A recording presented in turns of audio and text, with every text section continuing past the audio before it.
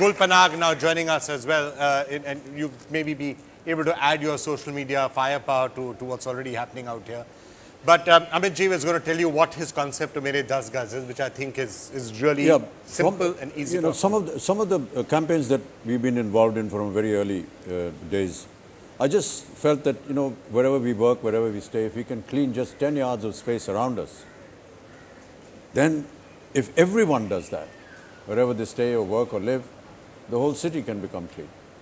And I'm very happy to see that people have taken on to this concept, and thank NDTV for making it a hashtag, and thank the people who are watching this program to bring it up to the #2 position on the trends of Twitter. We want to make it #1, but really that's what the concept was. And I don't know what you think about this, Gul. Do you think it's a good idea for everyone to get involved and perhaps just clean 10 yards of space around where you live and work? And in this way, if everyone does that, then the whole city becomes clean.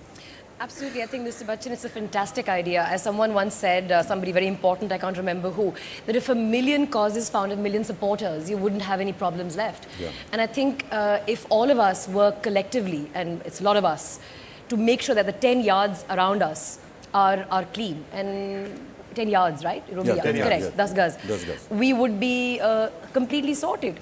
And I think it's a great initiative. I'd like to congratulate NDTV and, of course, Mr. Bachchan, and, of course, the Prime Minister for having drawn our attention to something we've known for so long, but just assume it will go away on its own. Yeah, never given so much voice, absolutely, so much patronage as the government of India has done, and indeed, primarily the Prime Minister for pushing this thought across. In fact, the Prime Minister has relentlessly pushed Swachh Bharat Abhiyan, which I think is something which should have been done, I don't know how many years ago. But I'm glad it's happened, and he's relentlessly pushing it and giving it the kind of importance and due that it deserves. Yeah.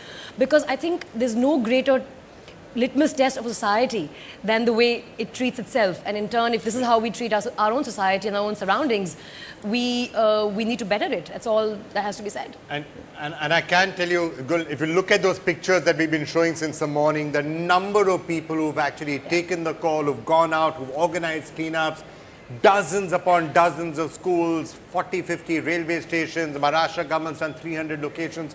Literally, I think we've crossed in our own counting something like 500 locations. Versova Beach out there, work continuing out there. It's like really breathtaking. And behind us here on Juhu Beach, you can see a large number of people gathered, some to see Amit Ji and some also to clean the beach. Both things happening behind us, even as the sun starts to set there, on the ocean right behind us. So, lot happening. And I think Amit Ji put his finger on it. He says one of the reasons why you have a problem with cleanliness is because there are 1.2 billion Indians. But if even half the 1.2 billion people say we will clean up 10 yards, the whole country is clean. But I think everyone will. It's something which when the might of the government and the state is put behind a cause like this, it has to happen. It's a matter of time. Yeah. And of course, there are critics and cynics who will assume that the results must come immediately. But no change in society ever happens overnight. It begins with dialogue, discussion, discourse, and of course action. And events like these, initiatives like these are fantastic. Actually, another thing, Vikram, I was in Molinong. Molinong is a village in Meghalaya, which is the cleanest village in Asia. It's a title that they were given some time ago. And I found something very interesting there. It's not that people don't litter. It's just that citizens of that particular town, village, pick it up. So if tourists come to visit that particular village, and they do a lot because it's a thing to see. The children have been so brought up that if I, as a tourist, do something as bad as dropping a wrapper, they will pick it up and just put it back. They won't try and sermonize. They won't try and tell me don't litter. They will just pick it up. It's part of their lives. So I think taking ownership of public resources, public property is a very, very important part, and we do that in a fun way. We write our names on public property.